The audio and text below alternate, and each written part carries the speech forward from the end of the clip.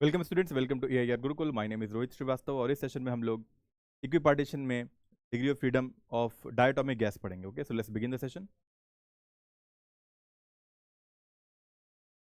तो last session में हमने मोनोटॉमिक गैस के बारे में देखा था कि कैसे उसमें डिग्री ऑफ फ्रीडम जो आती है वो 3 आती है। क्यों? क्योंकि अगर हमने 3 एक्सिस ली, एक्स एक्सिस, वाई एक्सिस और जेड एक्सिस, तो एक मॉलिक्यूल है गैस की, वो एक्स एक्सिस में ट्रांसलेट कर सकती है आगे पीछे, वाई एक्सिस में ट्रांसलेट कर सकती है ऊपर नीचे, और जेड एक्सिस में भी ट्रांसलेट कर सकती है, जेड एक्सिस में प्लस जेड में माइनस जेड में। ठीक है, तो इसकी डिग्री ऑफ फ्रीडम कितनी हो गई? डिग्री ऑफ फ्रीडम बेसिकली होती क्या है?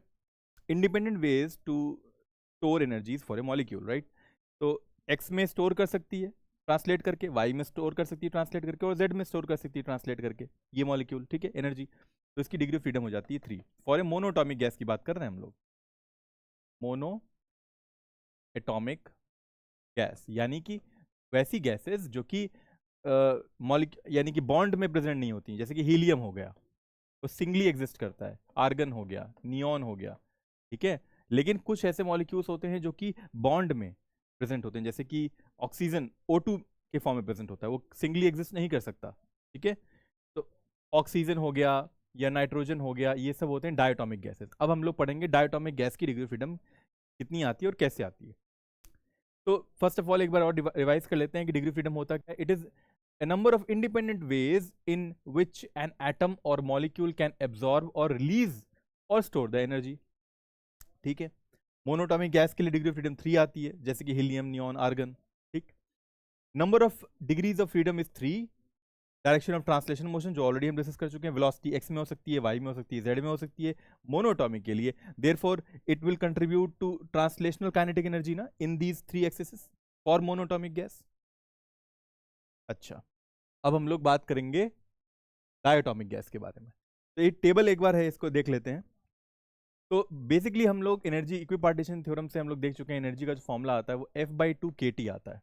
इसमें F जो होता है वो डिग्री ऑफ फ्रीडम होता है, K होता है बोल्ट्जमैन कांस्टेंट, और T की वैल्यू, T होता है टेम्परेचर होता है केल्विन में। तो अगर हीलियम की बात करें जो कि मोनोटॉमिक गैस होता है, इसके लिए ट्रांसलेशनल कितना होगा? 3 होगा ना, तो इसका डिग्री ऑफ फ्रीडम कितना हो गया? अच्छा, रोटेशनल तो कुछ होना नहीं है। अगर तुम एक मोनोटॉमिक गैस की बात करोगे तो वो एक्स में ट्रांसलेट कर सकता है, वाई में ट्रांसलेट कर सकता है, जेड में ट्रांसलेट कर सकता है। क्या वो रोटेट कर सकता है? अगर रोटेट करेगा भी, एक मोनोटॉमिक गैस की बात करते हैं पहले, एक्स हो गया, वाई हो गया, जेड हो गया।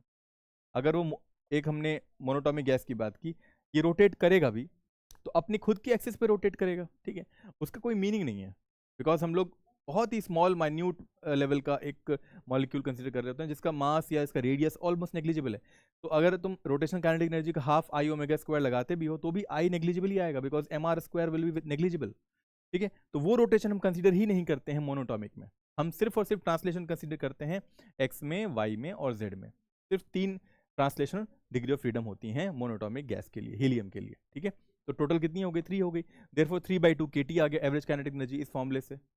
ठीक है, बिकॉज एफ की जगह हमने क्या पुट कर दिया? 3 पुट कर दिया मोनोटॉमिक के लिए। अब आते हैं डायटोमिक के लिए, जैसे कि H2 हो गया हमारा, हाइड्रोजन। हाइड्रोजन डायटोमिक है, तो ऑब्वियस सी बात है कि अगर यहां पर हाइड्रोजन मौजूद है तो हाइड्रोजन भी तो ट्रांसलेट कर सकता है ना, एक्स में आगे पीछे, वाई में ऊपर नीचे, और जेड में भी आगे पीछे। तो 3 ट्रांसलेशनल तो इसकी भी हो गई, साथ में ये रोटेट भी कर सकता है। क्यों? क्योंकि H2 जो है वो ऐसे नहीं प्रेजेंट होगा। H2 जो है वो कुछ ऐसे होगा मॉलिक्यूल इसका, एक H मॉलिक्यूल यहाँ, एक H मॉलिक्यूल यहाँ, उनके बीच में बॉन्ड होगा, राइट? तो अब ये टोटल ट्रांसलेट कर रहा था एक्स में, वाई में ऊपर नीचे, जेड में आगे पीछे, तो 3 ट्रांसलेशन हो गए थे। लेकिन 2 रोटेशनल भी हो जाएंगे इसके साथ साथ, बिकॉज अगर इसे एक्सिस मान लिया जाए तो इस एक्सिस के अबाउट ये रोटेट कर सकता है ना। अब ये पूरा मॉलिक्यूल एच का देखो क्लॉकवाइज रोटेट कर सकता है, ये वाला इधर, ये वाला इधर। तो एक रोटेशन ये हो गया। और अगर इसे एक्सिस मान लिया जाए, देखो जहां मैंने ये पेन रखा हुआ है, ये एक्सिस हो जाए, तो इस एक्सिस के अबाउट भी तो ये पूरा ऐसे वर्टिकल, यूं कह लो हॉरिजॉन्टल सर्कल में रोटेट कर सकता है। तो 2 रोटेशनल भी हो जाती है इसकी डिग्री ऑफ फ्रीडम, कि जिसकी वजह से 2 रोटेशनल काइनेटिक एनर्जी ये स्टोर कर सकता है। बिकॉज अब जो आर होगा, कोवेलेंट बॉन्ड होता है ना, तो आर नेग्लिजिबल तो होता नहीं है, कुछ ना कुछ तो आर होता ही है। तो यहाँ पर तुम रोटेशनल काइनेटिक एनर्जी लगा सकते हो। तो 2 डिग्री ऑफ फ्रीडम और हो जाएंगे, देयरफॉर 3 + 2 5 डिग्री ऑफ फ्रीडम हो जाती है डायटोमिक मॉलिक्यूल के लिए। ठीक है, तो इस फॉर्मूले के अकॉर्डिंग अगर एफ की जगह पे हम लोग 5 रख देंगे तो कितना आ जाएगा? 5/2 kT। 5/2 kT हो जाता है average kinetic energy for diatomic molecule, ठीक है। और पॉलीटॉमिक के लिए भी निकाल सकते हैं, H2O जैसे ले लो, वाटर, इसके लिए भी वही केस है, ट्रांसलेशनल 3 होंगी, बिकॉज H2O मॉलिक्यूल को अगर एक फुल कंसीडर करो तो वो X में भी ट्रांसलेट कर सकता है, Y में भी, Z में भी, 3 ट्रांसलेशनल हो गई, साथ साथ 3 रोटेशनल हो जाएंगी इसमें। क्यों 3 रोटेशन हो जाएंगी? क्योंकि अगर H2O मॉलिक्यूल लेते हैं जो कि कुछ ऐसा होता है, ठीक है, तो अब ये अब 3 डायमेंशनल फिगर होता है, अगर H2O का तुम देखोगे तो 3 डायमेंशनल फिगर बनाता है, तो 3 डायमेंशनल फिगर है तो X एक ये वाला एक्सिस है, इसके अबाउट रोटेट कर सकता है, एक वाई एक्सिस होगा उसके अबाउट रोटेट कर सकता है, और एक जेड होगा उसके अबाउट भी रोटेट कर सकता है, ठीक है।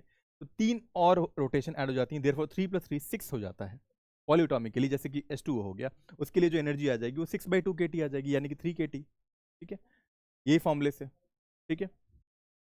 तो ये हमने जो कंसीडर किया है, ये ध्यान रखना कि एट टेम्परेचर 300 केल्विन पे ही देखा है। 300 केल्विन कोई बहुत बड़ी टेम्परेचर नहीं है, ठीक है। बहुत बड़ी टेम्परेचर होती है जब हम लोग कंसीडर करते हैं 700 केल्विन या 1000 केल्विन, उस समय डिग्रीज ऑफ फ्रीडम्स ये नहीं रह जाएंगी, तब चेंज हो जाएंगी। वो कैसे होंगी उसको समझते हैं। देखो, अब एक नया अगर टेम्परेचर बढ़ा दो, बहुत हाई कर दो टेम्परेचर, तो उस केस में एक नया डिग्री ऑफ फ्रीडम ऐड हो जाता है, जो कि आता है वाइब्रेशंस के कारण, क्योंकि vibrations will add to the degree of freedom. Vibrational mode is special because it contributes to 2 degree of freedom, not 1। Because अगर टेम्परेचर बहुत हाई हो गया, अगर हमने कोई डायटोमिक मॉलिक्यूल लिया, सपोज H2 लिया, एक H मॉलिक्यूल यहाँ, एक H एटम यहाँ, एक H एटम यहाँ पे, अब हमने टेम्परेचर बहुत हाई कर दिया, सपोज 1000 केल्विन कर दिया, 1000 केल्विन कर दिया। इस टेम्परेचर पे ऑब्वियस सी बात है, डायटोमिक में एक तो ट्रांसलेशनल था ही, 3 डिग्री ऑफ फ्रीडम थे, रोटेशनल का भी 2 था, लेकिन अब इसमें और वाइब्रेशन उस समय हम लोग 0 ले रहे थे, क्योंकि वो 300 केल्विन की बात हो रही थी, ऑलमोस्ट रूम टेम्परेचर की बात हो रही थी। अब 1000 केल्विन की बात हो रही है, इस पॉइंट पे 2 और डिग्री ऑफ फ्रीडम आ जाएंगे, जो कि वाइब्रेशन के कारण आएंगे। क्यों वाइब्रेशन के कारण 2 आ गए? क्योंकि अब टेम्परेचर ज़्यादा है, तो मॉलिक्यूल्स वाइब्रेट भी करेंगे, उनके पास इतनी एनर्जी होगी कि वो वाइब्रेट भी कर सकते हैं। पहले 300 केल्विन पे वाइब्रेट नहीं कर सकते थे, अब वाइब्रेट कर पा रहे हैं। तो वाइब्रेट कैसे कर पाएंगे? एक्स एक्सिस में वाइब्रेट कर सकते हैं और वाई एक्सिस में वाइब्रेट कर सकते हैं, या यूं समझ लो, एक स्प्रिंग समझ लो, एक स्प्रिंग है ना, अगर तुमने एक स्प्रिंग को 2 m मास के बॉब से कनेक्ट किया हुआ है, तो ये कंप्रेस भी हो सकता है, स्ट्रेच भी हो सकता है। तो कंप्रेशन की एक डिग्री फ्रीडम हो गई और स्ट्रेचिंग की डिग्री फ्रीडम और हो गई, तो 2 वाइब्रेशन हो जाती है, ठीक है। तो हायर टेम्परेचर पे डायटोमिक मॉलिक्यूल का डिग्री ऑफ फ्रीडम कितना हो जाएगा? 3 + 2 + 2 कितना हो गया? 7। और लोअर टेम्परेचर पे डायटोमिक गैस का डिग्री ऑफ फ्रीडम कितना होता है? 5, ठीक है। तो because vibration has 2 types of energy, kinetic energy and potential energy. Because मैंने बताया ना कि स्ट्रेचिंग होगी तो एक काइनेटिक एनर्जी, सॉरी, एक पोटेंशियल एनर्जी स्टोर होगी उसमें, साथ साथ जब वो रिलीज होगा तो उसमें काइनेटिक एनर्जी भी डेवलप होगी, वेलोसिटी भी डेवलप होगी, ठीक है। दैट्स वाई तुम स्ट्रेचिंग और कंप्रेसिंग लाइक ए स्प्रिंग से इसको कनेक्ट करके समझ सकते हो। अब इक्विपार्टीशन व्यू से देखते हैं, तो each independent quadratic term contributes 1 energy, right. तो अगर 1 डिग्री फ्रीडम है तो 1/2 kT हो गया एनर्जी, ठीक है। अगर सिर्फ तुम एक वाइब्रेशन कंसीडर करते हो, 1 वाइब्रेशन, तो उसके वजह से 1/2 kT डेवलप होगा काइनेटिक एनर्जी। पोटेंशियल पार्ट में भी 1/2 kT होगा, क्योंकि वो भी एक ही कंसीडर कर रहा है, ठीक है। तो टोटल कितना हो गया वाइब्रेशन की वजह से? kT हो गया। तो that equals 2 degree of freedom, because यहाँ पर 2, यहाँ पर देखो kT आ रहा है, तो यहाँ पर f/2 kT से कंपेयर करो, तो f क्या है? 2 है, तभी तो kT आ रहा है। तो डिग्री ऑफ फ्रीडम कितने हो गए? 2 हो गए, जो कि किससे मिल रहे हैं? वाइब्रेशन से मिल रहे हैं। तो वाइब्रेशन एक्चुअली में 2 डिग्री ऑफ फ्रीडम प्रोवाइड करता है, बाय 1 कंप्रेसिंग या स्ट्रेचिंग, जो कि तुम्हें पोटेंशियल एनर्जी स्टोर करता है, और एक होता है उसकी जब रिलीज करते हैं तो उसमें काइनेटिक एनर्जी डेवलप होती है, वेलोसिटी, वो भी एक डिग्री ऑफ फ्रीडम की तरह काउंट होता है, तो 2 हो जाते हैं, ठीक है। अब सिंपल एग्जांपल है डायटोमिक का, जैसे कि O2 या N2 है, ट्रांसलेशन हो गए 3, रोटेशन हो गए 2, और वाइब्रेशन अगर एक मोड कंसीडर कर रहे हैं, वाइब्रेशन अगर हो रहा है तो उसमें पोटेंशियल एनर्जी भी स्टोर है, काइनेटिक भी स्टोर है, तो वो 2 डिग्री फ्रीडम और कंट्रीब्यूट करेगा। देयरफॉर इन वाइब्रेशन एक्टिव, यानी कि हायर टेम्परेचर पे जब वाइब्रेशन एक्टिव रहता है, तब डिग्री फ्रीडम कितना हो जाता है? 7 हो जाता है, ठीक है। वही यहाँ लिखा हुआ है कि a molecule can be consider to be a flexible structure where atoms are bonded by effective springs. एक स्प्रिंग की तरह कंसिडर कर लो कि 2 मॉलिक्यूल्स जो हैं, 2 एटम्स जो हैं, वो स्प्रिंग से कनेक्टेड हैं, उनका बॉन्ड जो है वो स्प्रिंग के जैसा है। तो molecule can be modelled as a simple harmonic oscillator, वो एक हार्मोनिक ऑसिलेटर की तरह ऑसिलेट करना शुरू कर देगा। ठीक है। तो और एक SHM में एनर्जी दो प्रकार की होती है, पोटेंशियल भी काइनेटिक भी। ठीक है, तो इक्विपार्टीशन के अकॉर्डिंग दो डिग्री ऑफ फ्रीडम हो जाती है वाइब्रेशन के कारण। ठीक है, तो इस तरह आज हमने समझा डायटोमिक गैस के लिए हम डिग्री ऑफ फ्रीडम कैसे निकालते हैं। अगले सेशन में किसी और टॉपिक के साथ प्रेजेंट होंगे। Until then keep learning and keep having fun with physics. Thank you very much.